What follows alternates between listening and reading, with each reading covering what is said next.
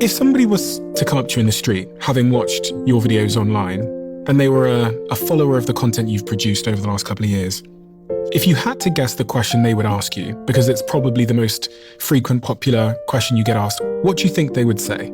They would say, what can I be doing right now to improve my sex life? Who would be asking you that question, and why do you think they'd be asking it?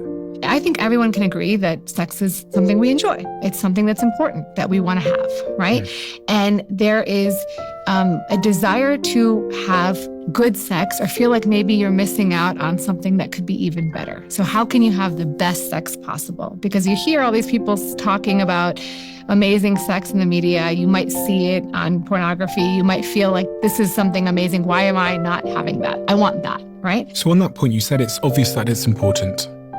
I think it appears to be increasingly not obvious that it's important. Because when you look at some of these stats, I'll throw this graph that I found here up on screen, and it shows that people are becoming more sexless, especially young adults between 18 and 30. This graph is pretty stark. Mm-hmm. Think about 50 years ago. There was no cell phones. There might be some TV programs, but there was ads in between TV programs, and there was only certain TV shows you could watch at a certain time that you enjoyed, and then there was nothing to watch. There was no email, so you went to work and you came home, and there was really not a lot of communication between you and your coworkers or your job. They made dinner with their family, they hung out, and then maybe they watched a program or two, and then they lied down in bed. They didn't have a phone to scroll on. They didn't have anything to keep them up. And so then they were like next to their partner, and maybe they're talking, maybe they're cuddling. And so there was more like opportunity and space for sex, right? It was a thing that you did for enjoyment, for pleasure, for fun. Now we have all these distractions that keep our mind away from sex. In order to enjoy sex, you need to have space for it, to be able to enjoy your partner and feel like you want that, right? And now we're sort of, there's not as much room for it. That's one. Two is younger people, how are they dating, right? How are they meeting each other? They're meeting each other through apps, through DMs. And so they're not actually like really having these deep, meaningful connections. There's a big hookup culture. There's a big like fling culture. And imagine first-time sex for most people is not great. You don't know your partner. You don't know what they like. And you may not be able to express what you like. You've never taught how to talk about sex, right? So you don't know how to say like, hey, I like it like this. And you may be self-conscious because it's your first time. So you have like mediocre sex or bad sex. And you're like, well, I don't really want that. And there's just no like follow through, right? There's not a lot of education on what sex should look like. The only education people are getting are from often erotic films. And so they're seeing sex that's not real, that's curated, and they're trying to emulate that. And that's not pleasurable for most people. And younger people these days are actually having a rise in more we call rough sex. So choking has become very, very common. As common as like, they call choking almost like vanilla sex. So young people, if you look at data, like 60% of women and I think it's 20% of men have been choked during sex of that age group, like college age group. And of those people who get choked, 20% have been choked 25 times or more. Now, I think it's fine if you're into that, but I can't imagine that many people are into choking. And there's data to support that. So when you look at qualitative data, this is by Debbie Herbenick, she's a sex researcher, and she did qualitative research, and she asked people, like, what is it like? Do you enjoy being choked? Tell us about it, right? Women were like, yeah, it's okay. Sometimes I'm scared because my partner is big and strong and I'm, smaller and they have big hands. Sometimes it's fine and sometimes I don't really care for it, but like it's just a part of sex. It's just as normal as kissing, for example. And so if you're having sex and you're doing things just because you think that's what your partner wants or what it should look like, and you're not enjoying it, well, that's not going to be sex that you want to have. That point you said about the lifestyles we lead and how that might be impacting our sex lives, I thought was really interesting because we don't talk enough about this. But when you look at some of the data on this demographic, people 30 and below, around that age, the extreme outliers are spending 8 to 10 hours on their phones, on social media and on the internet. And roughly about 15 to 20% of young people describe their usage as almost constant, effectively scrolling during all waking hours, while they're eating, while they're in the bathroom and before they go to sleep. So and I was wondering from a dopamine perspective, if there's correlation between these like dopaminergic activities that are now like hijacking our lives, whether it's short form videos on social media, whether it's pornography or food, whether it's having an impact on what then happens in the bedroom and our performance in the bedroom.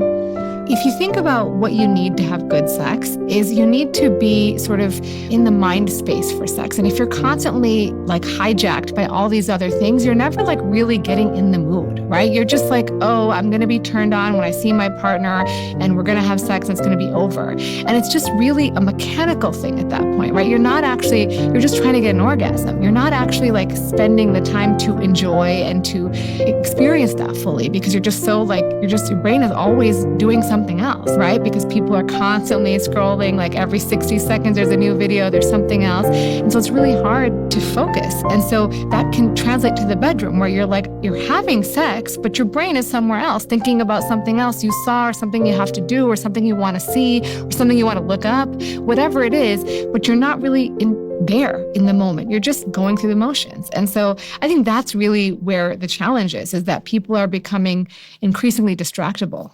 I find it really hard, I'm going to be honest, to have sex if I've had like a really, really busy day or if I'm really, really thinking about something. Yeah. I have to like intentionally create quite a lot of space. Exactly. In order to be able to be in the mood. Yeah, be aroused, right? It takes like time and energy. And I think I appreciate you for saying that, because a lot of people think that men are just ready to go at any moment. Yeah. And that's not fair, right? Because everyone needs time to be aroused. It's not just instant for everybody, especially when you have a lot of work stress or life stress or other things going on. It's actually like you have to make time and space for it. Yeah, because as a man, you've got to get an erection. And I always think that an erection is a consequence, usually, especially when it comes to sex. And I'm not talking about morning glories here, but an erection is a consequence of like a story. Mm-hmm. You use the word aroused. Mm-hmm. There's like a story in my head which makes me go, oh, that's kind of hot. Yeah. You need something. You need some stimuli, right? You need to think about something, see something, smell something, feel something, right? You need to just be together and sort of allow yourselves to be intimate before that sort of desire and arousal come together. And for me as well, it's not just touch. Like that doesn't necessarily do, for me, it really is quite like a psychological thing. I was wondering if there's any data around this, or I mean, just even anecdotally, like people get aroused in very, very different ways, don't they? Yeah, absolutely. I mean, some people are very like visual. So they see their partner and they get aroused very quickly. Basically, when you get aroused, you need to be in a parasympathetic nervous system state. So in order to get an erection, you need to be in the state which is like rest and digest. So if you're stressed, if you're thinking about other things, if you're essentially on the go, you are not allowing your nervous system to calm down. And so for some people, that's a whole bunch of different things. Some people can switch more easily into that state, and some people need more of like, to feel either mentally stimulated, or they need to have some associations. Like it might be like they need a certain scent, they need to like relax their body, they need to like go take a bath, whatever it is. But some people need different things. And knowing what that is for your partner is super important, right? Because then you can incorporate that. Everything is scheduled in our lives, right? And then you're like, oh, but now sex is like the last thing on the schedule, right? And like, I don't even think about it. Like, oh, okay, now, yeah, maybe let's have sex. But it's like, if you actually make time to be intimate, allow yourself to be in that brain space, be together, that's when it can actually happen, especially when you've been in a long-term relationship. It doesn't come as easily, like spontaneously, which we call spontaneous desire. It comes more of as a response to these other cues that allow you to feel desire and to feel aroused. I also think, I was thinking about a previous relationship I had where on the days where I'd been like working very hard and I was like tired or stressed, or I'd been traveling and I was jet lagged, I think there was also, because I didn't see this person often, there was also an expectation that when I did see them, we were going to have sex. Mm-hmm. And that was very hard, because actually the expectation of it stressed me out more. Yeah. And that can happen, like if it becomes the elephant in the room, it can become a little bit heavy, which then is sort of counterproductive to Absolutely. Performance. And this is, sort of a variation on performance anxiety. So when you feel like you have to perform on demand and maybe you're worried it might not happen, it creates this vicious loop, right? So you maybe have trouble with an erection, or maybe it's like, I'm expected to have sex, but I really can't get there mentally. Whatever it is, now you're thinking about that, right? And then you're with your partner and you're like, oh my God, am I going to have trouble? You're not enjoying the pleasurable sensations or the visuals or like feeling each other. you are literally thinking in your own head about how you're going to respond. And then that anxiety makes it so that you can't get an erection or you can't be aroused. And so now you're like anxious and you're not focused. You're just almost spectating. You're just watching yourself have sex. You're not actually like in the moment. So then, you have a negative outcome because when you're stressed, your sympathetic nervous system is on, right? You can't really get an erection or you can't really get aroused. And so then you're like, oh man, now I've let my partner down. Now I haven't performed, which I hate that word, but like performed the way I should or I'm expected to. And now something's wrong with me. And now that just keeps going in a vicious cycle. Have you spoken to people that have experienced this? Absolutely. It's common? Very common. I tell people anytime you have problems in the bedroom, it stays with you. So how do you break the cycle? Yeah, so I tell people when you're with your partner, take the pressure off penetration. Just explore each other's body. Do what's called like sensate focus, like explore the rest of your body. Figure out other erogenous zones, other things that can turn you guys both on that don't involve erections and penetration. And then once you realize you're focused on that, you're really like exploring, enjoying, playing, you're having a good time, and you're not thinking about your erection, now you'll notice, oh, the erection just comes, right? And then once you get to that point, then you can start even touching genitals, but still hold off on penetration. And then after you've realized like the genitals are, it's always working the way I want it to, and I'm not thinking about it, I'm not stressed, then finally you can then introduce penetrative sex again. So it's just sort of like a gradated sort of slow advance into, having sex again, but now kind of focusing on being more present and mindful and enjoying those sensations. I think a lot of people will be able to do that, but there's also a big contingent of people that just avoid sex. Mm-hmm. It's a sore subject in their relationship for whatever reason. Both partners don't know how to communicate. They haven't got the tools to talk about these kind of things openly and honestly. Do you see that a lot as well? Whenever you feel sad or mad or nervous or out of control, write down what you're thinking. And then ask yourself, is it true? Is it absolutely true? How do I feel when I have this thought? How do I act when I have this thought? And what's the outcome of the thought? And then turn it to the opposite. How would I feel if I didn't have the thought? How would I act if I didn't have the thought? What's the outcome of not having that thought? Write down 100 of your worst thoughts. Take them through that process. And by the time you get to 30, they'll stop bothering you. Absolutely. I mean, what do you hear in this regard? So I think it's really sad. I see people come in and they're like, I ask every patient, like, are you having sex? Why not? Right? Because sometimes they'll say no, and most doctors will be okay. But I always say, why not? Right? Why are you not having sex? Is it because you're having an issue? Is it because you're having pain? What's going on? Right? And oftentimes I'll hear from people that my partner's just not into it, and I just sort of gave up. And we just don't have sex anymore. For me, that's a red flag because sex is a huge, important part of our lives. It is a way we connect with another human being. It's also telling that things are working really well. So when you have good sexual function, meaning you get an erection well, or you get aroused well, and you have a good orgasm, and everything feels good, that tells me that, hey, you've got great blood flow to your genitals, your nerves are working great, your hormones are sending signals, like all these things are good, right? But also, sex is more than just the act of sex. It also helps you live longer. So there's been a few studies looking at sex and longevity. And when you look at people who have sex once a week compared to people who have sex once a year, the difference in all-cause mortality is 49%. They live 49% longer than people who only have sex once a year. 49% longer? Yeah. Be right back. No, I'm joking. But even if you're doing like less than once a week, but more than once a year, it still improves your longevity. There was actually an interesting study in 1997, I think it was, where they looked at the number of orgasms men had. And they found that men who had, for every 100 orgasms men had, they lived like 13% longer. They had a 13% increase in life expectancy. And so it was really interesting to me to just showing you that like, this is not just an act of pleasure and fun. It is, obviously, but it's much more than that because people who are having sex clearly have better health.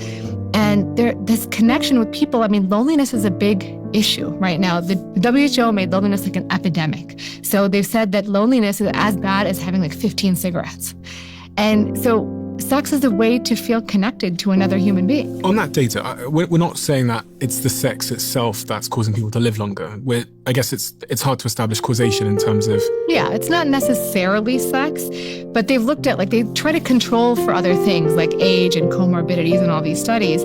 And it's also sex is a cardiovascular workout, right? For many people, it's a cardiovascular workout. You are getting a physical activity with your partner. You are increasing your heart rate. You are doing these things that are also good for your body. And the fact that you're able to have sex, right, tells me a lot about it, right? You're able to hold a certain position. You're able to maintain this level of activity without getting short of breath, right? These are things that having sex, keeps you healthy to some degree. If I want to make sure that I have great sex, what are some of the foundational things that I need to be thinking of in terms of my lifestyle? Yeah, so there's 4 main pillars of sexual health. And I like to think of it like your sexual health is your house, and these pillars are the foundation. And if you don't have the foundation, it doesn't matter what else you do. You can try to do everything else to patch up your house, but it's always going to break again because the foundation's not there. So you've got fuel, and fuel is how you nourish your body. A lot of the data I'm going to talk about is about men because there's just a lot more data on men and sexual health. But that doesn't mean that the same things don't apply to women. There's just less robust data on it. So when you talk about fuel, the Mediterranean diet is the most studied diet. So including things like healthy fats like avocados, leafy greens, nuts, and we're going to talk about nuts in a little more detail. These things are super helpful. And obviously having lean proteins, having an abundance of fruits, which we're going to talk about as well. There's a study called the Health Professionals Follow-Up Study. They looked at 20,000 men, and they saw that men who adhered to a Mediterranean diet had a 22% lower risk of erectile dysfunction. So what specific things in that diet, right? People are always what are the superfoods I need to have? Almonds are great, but pistachios, they actually did a study on pistachios where they looked at 100 grams of pistachios. Guys ate 100 grams of pistachios every day, and they saw a decrease in erectile dysfunction. So pistachio nuts will make my penis harder.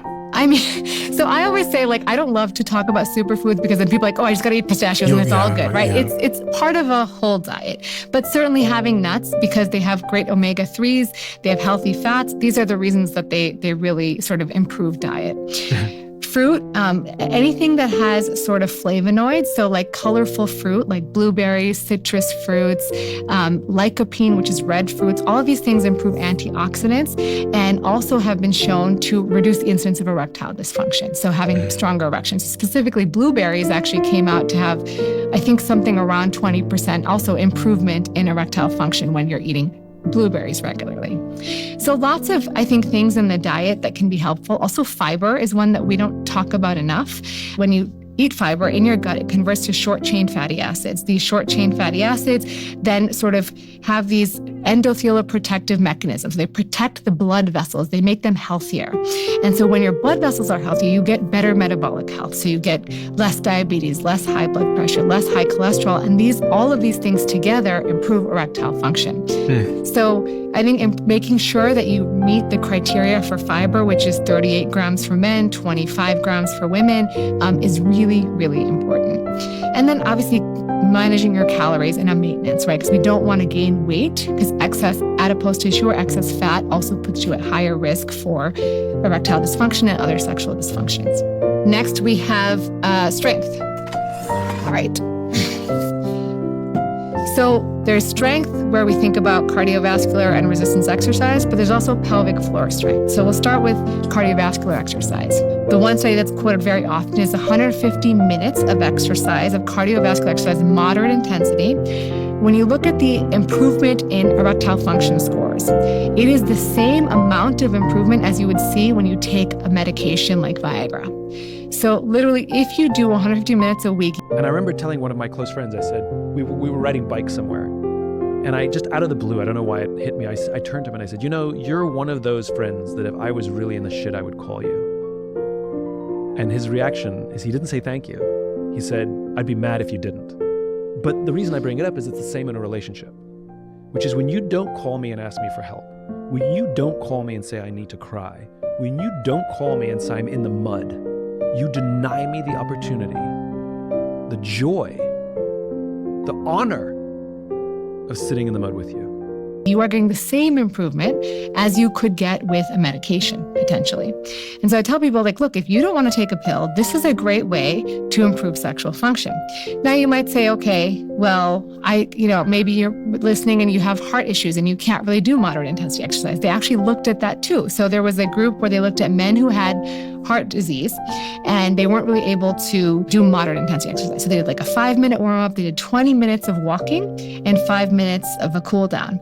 And with this supervised protocol, they still improved erectile function by 70%. So it's all relative to where you're starting, but any sort of cardiovascular exercise that's above what you are capable, like what you're doing now, is going to improve sexual function, particularly erectile function, because it's going to improve blood flow to the genitals. It's going to improve blood flow to the penis. It's going to improve blood flow to the clitoris for women. So that's where cardiovascular exercise is so, so important. In terms of resistance exercise, now these little weights are probably not sufficient for doing much, especially for men, in terms of improving muscular health. But obviously, we're not going to bring like really heavy weights to the table here.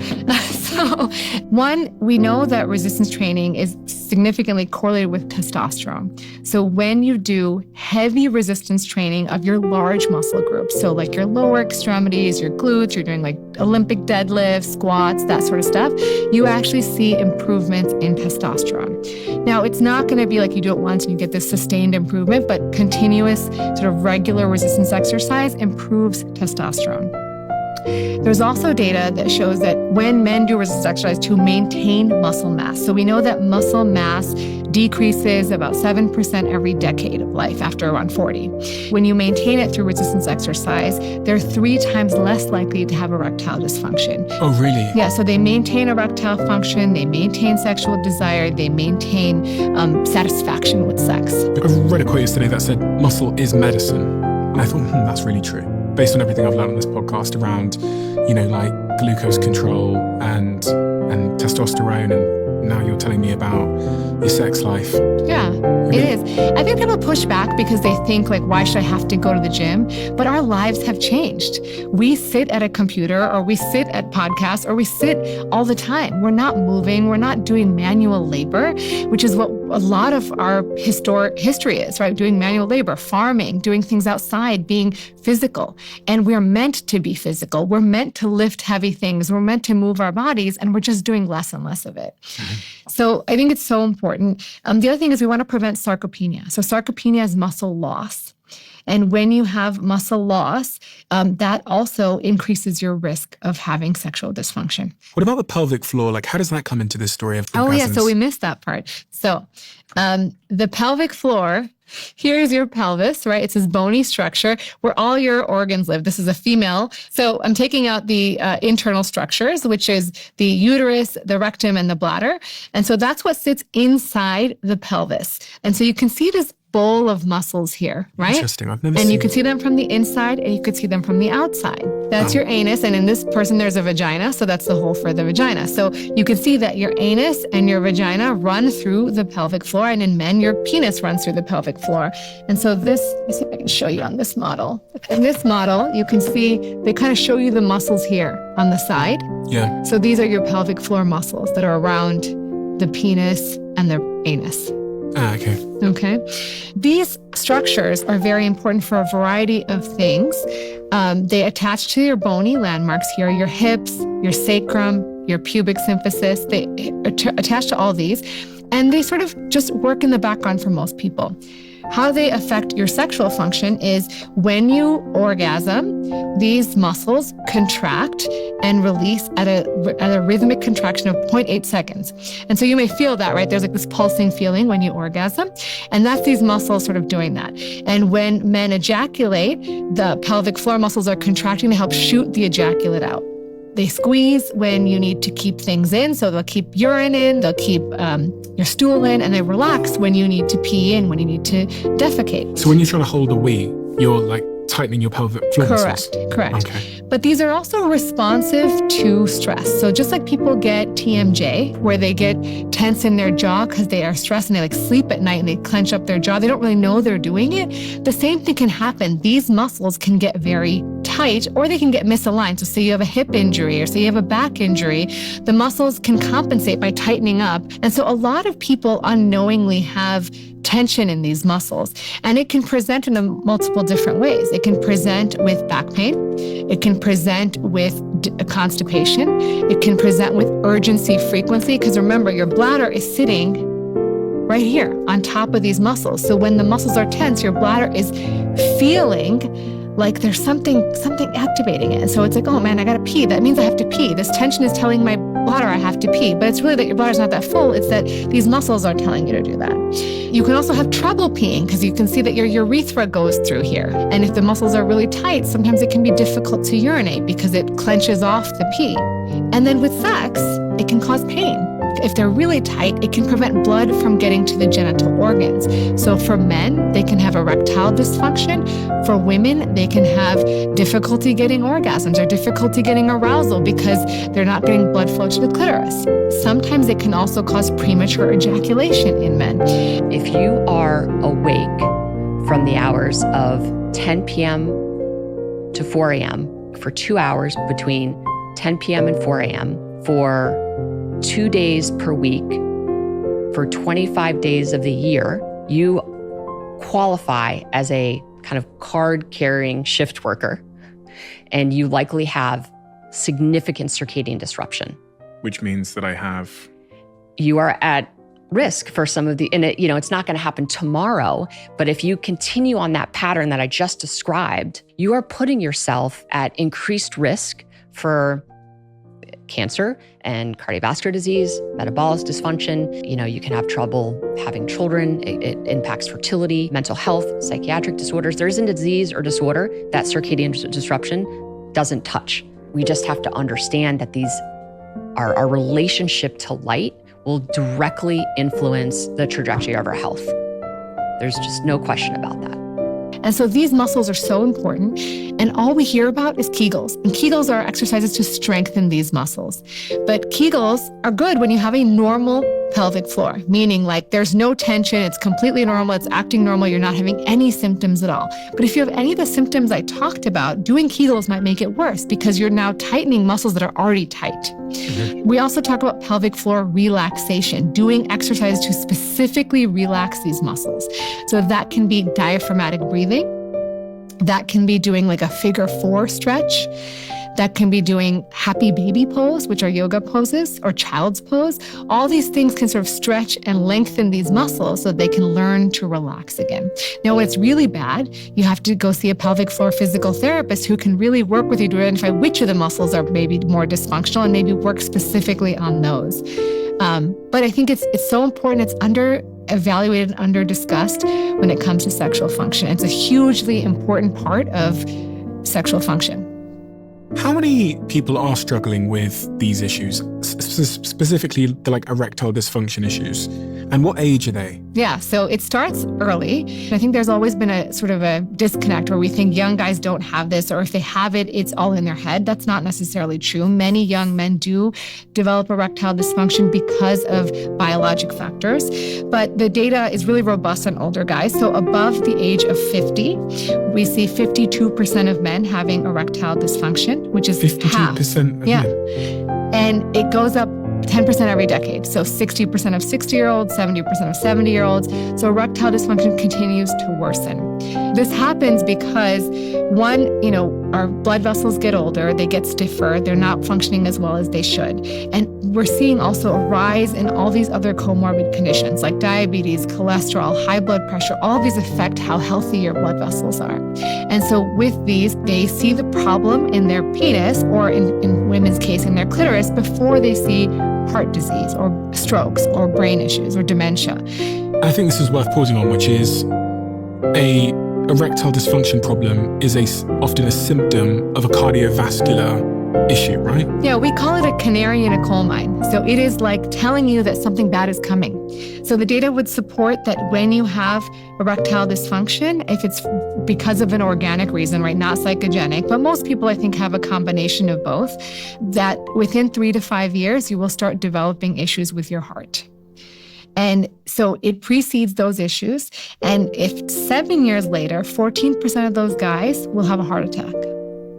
And so it's really an opportunity. Sexual problems are an opportunity to look inside, to figure out what's going on and to investigate and to change your life. And when you say erectile dysfunction, we should probably define what that means, because there's going to be a lot of guys sat at home now thinking, oh my God, like my penis is a bit softer than usual. Yeah, so erectile dysfunction is defined as the inability to maintain an erection that's sufficient for intercourse.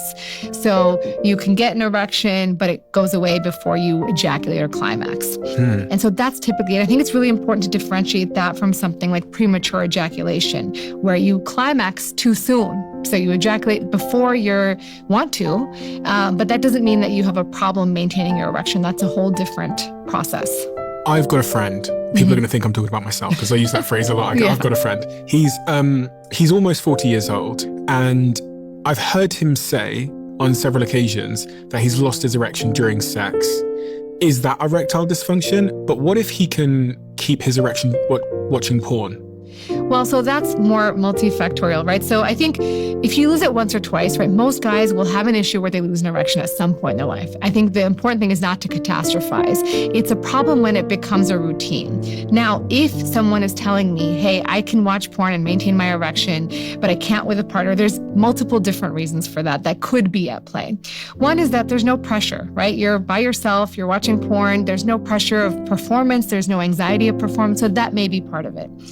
Other thing may be that level of arousal that you're getting from porn, if you're watching, like, let's say the same kind of porn every time, you're masturbating the same way every time, maybe using a firm grip, or some people will masturbate like facing the bed or, against hard objects. And so that... Against hard objects? Yeah, like their fist or something. And so that can't be replicated by a person, right? You can't replicate those behaviors by a vagina or a mouth.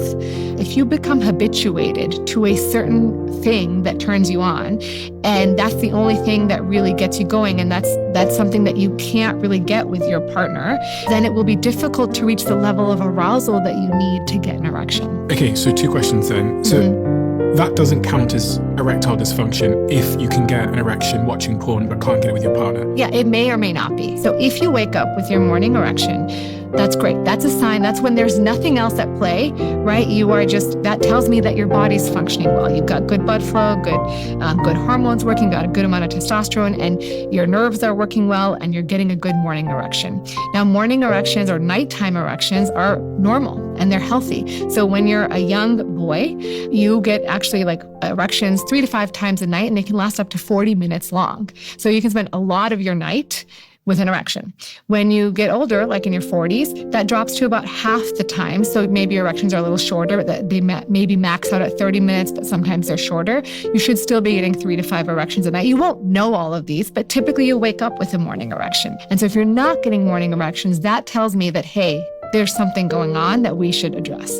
And on your other point about how you masturbate impacting your sex life, I imagine that applies to men and women. Absolutely. And are you saying that if there's a particular way you get yourself off in private that is very hard for the other person to replicate, you might become desensitized to that? You might just get habituated. I don't think desensitized, but habituated is like your body just might respond really well to that particular stimulation. Now, that's not inherently a bad thing, right? If that's what gets you off and you and your partner are okay with you doing that together, right? You may mutually masturbate together and that's fun for you and you guys enjoy it. There's no problem with it. It's just knowing what's going on, right?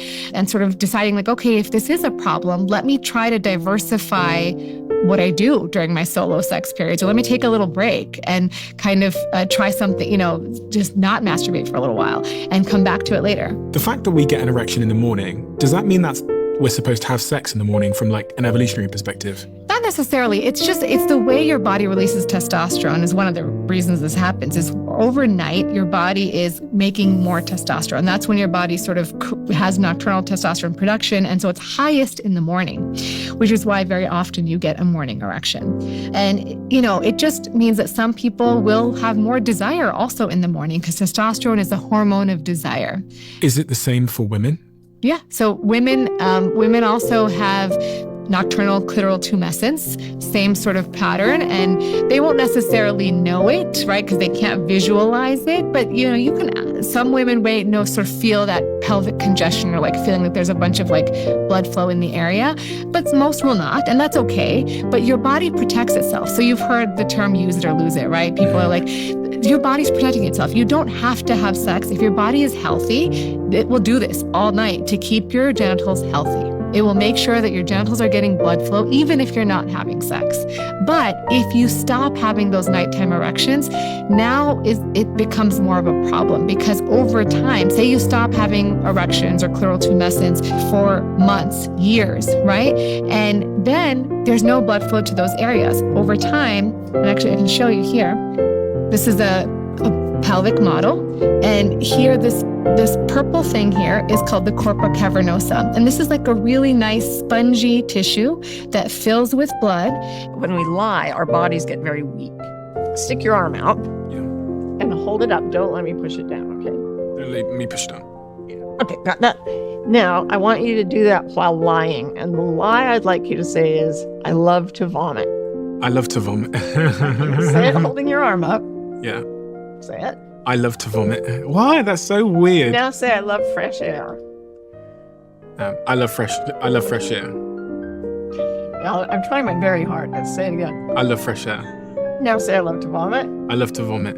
Why is that? That's so strange. This is why polygraph machines work on everybody with psychopaths, because the body lives in reality. The body is honest. Only the mind, and only the verbal mind, can lie to us and tell us things that we can believe, even though they're not true. I love to vomit is a statement that says it's okay for me to feel horrible. But a smaller version of this is I often speak to groups, and I'll stop right in the middle of the speech and say, is everyone comfortable? And they'll say, yes. And no, really, truly, are you genuinely comfortable? Are you really comfortable? And they say, yes, go on with your speech. If you were at home alone right now, how many of you would be in exactly the position you're in at this moment? Nobody raises a hand. And then I say, why not? And they have to sit and think for a long time before someone finally says, I'm not completely comfortable this way. What concerns me, and should concern you, is that 30 seconds ago you swore to me in broad daylight that you were absolutely comfortable. Well, you knew you weren't. Your body knew you weren't comfortable, and your mind was doing this little trick where it goes very quickly through this. Okay, in order to listen to speeches, we sit in uncomfortable positions, and that's okay because it's worth the benefit we get out of it. So given that, I am tolerably comfortable. But all you think is, I'm comfortable. People come to me and they're in jobs where they're not comfortable, in relationships where they're like sometimes in intense suffering. They think they're comfortable, but they're getting sick.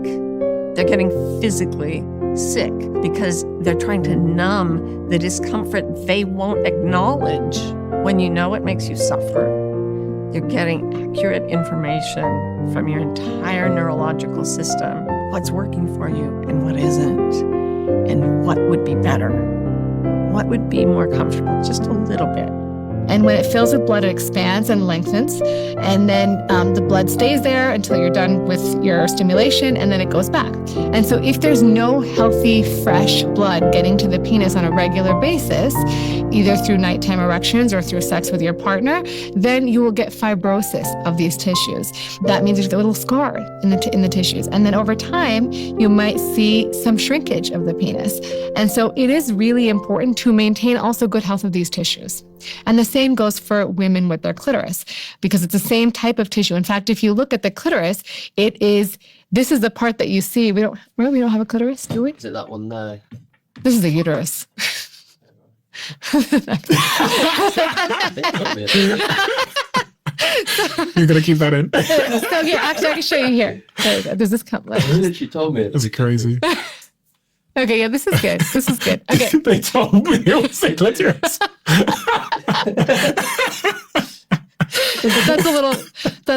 Yeah, okay. They told me. You're not going to live that one down. You asked the team where the clitoris was. Did you ask the team where the clitoris was? Well, I'm worried about who said that too. Okay, so So let's talk about the female anatomy. This is a pelvic model. And here you can see this is the vagina.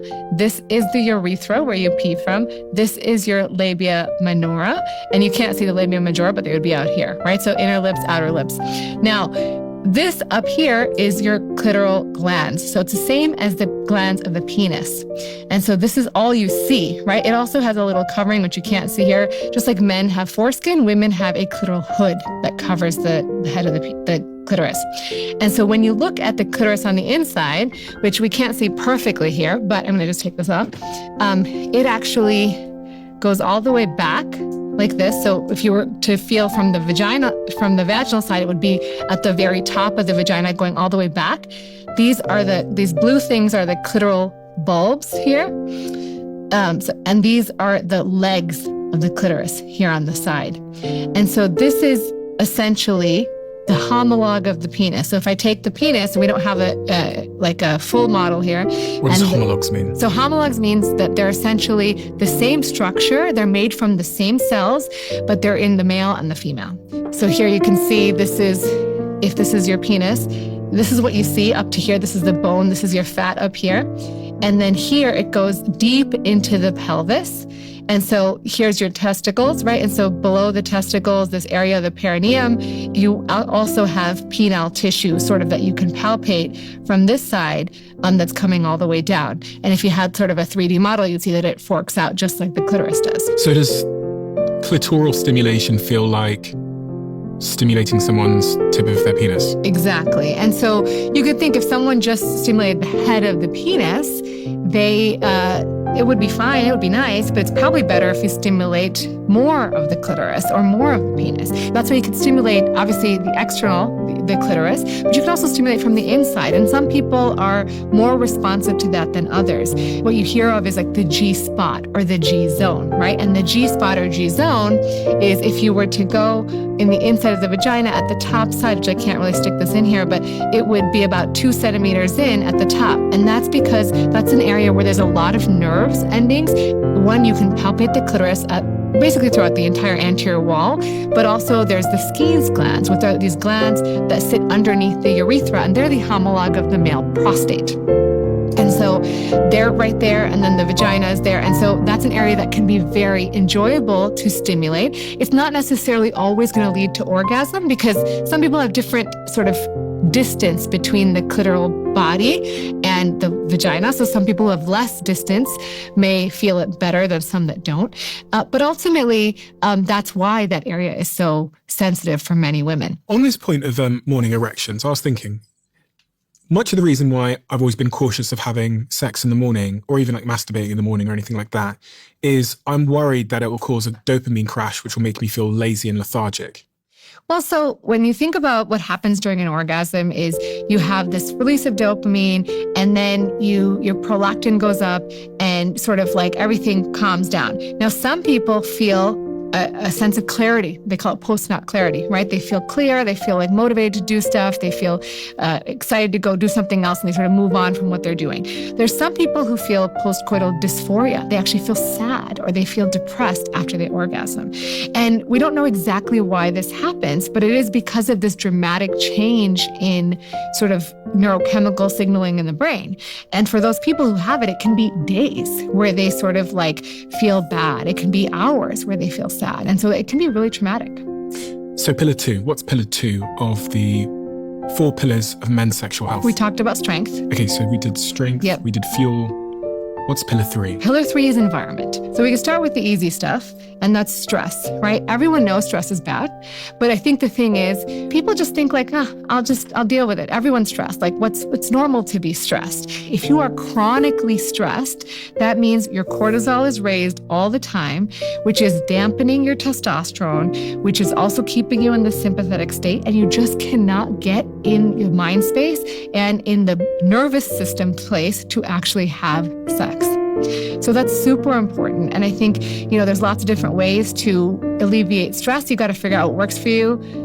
For some people, using a stress ball even just at work. And I think part of it, you can actually incorporate some intimacy. There's some evidence, the Gottmans have been on your podcast doing a 20-second hug. So standing with your partner or a loved one and hugging for 20 seconds on your own, like independent gravity, actually helps alleviate stress and break sort of a stress loop.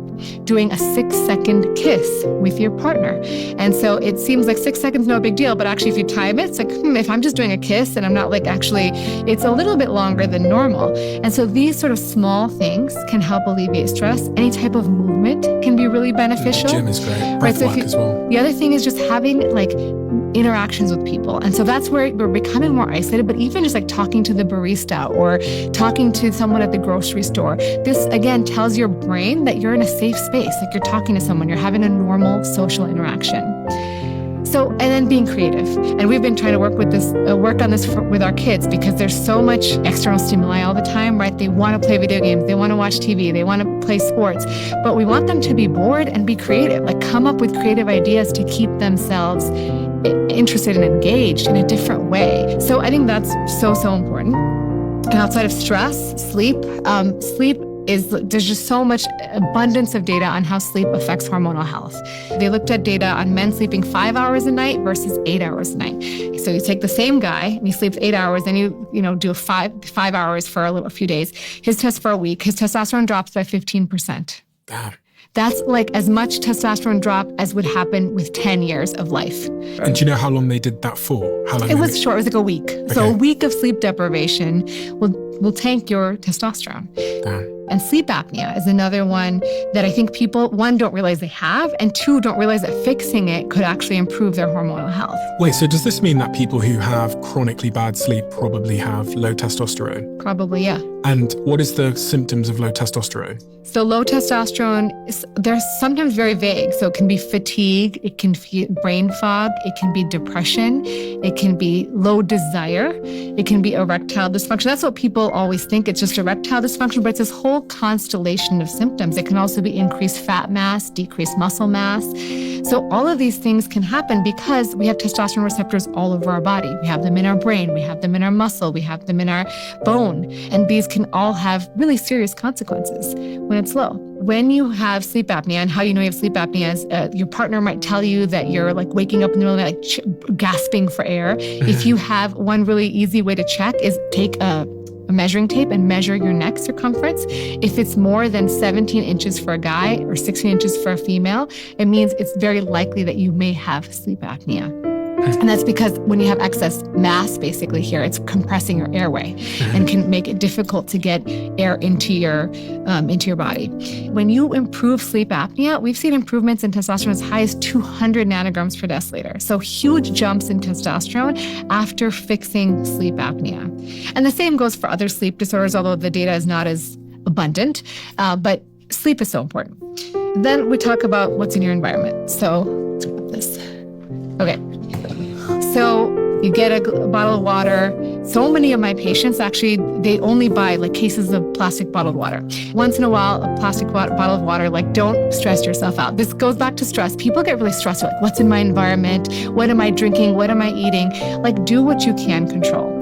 So plastic water bottles have things like phthalates and BPAs, which can affect hormonal health. They can mimic estrogen. They can reduce the production of testosterone based on these mechanisms. Also things like plastics in the environment, PFAS, so those things like nonstick cookware, all those things can affect hormone health.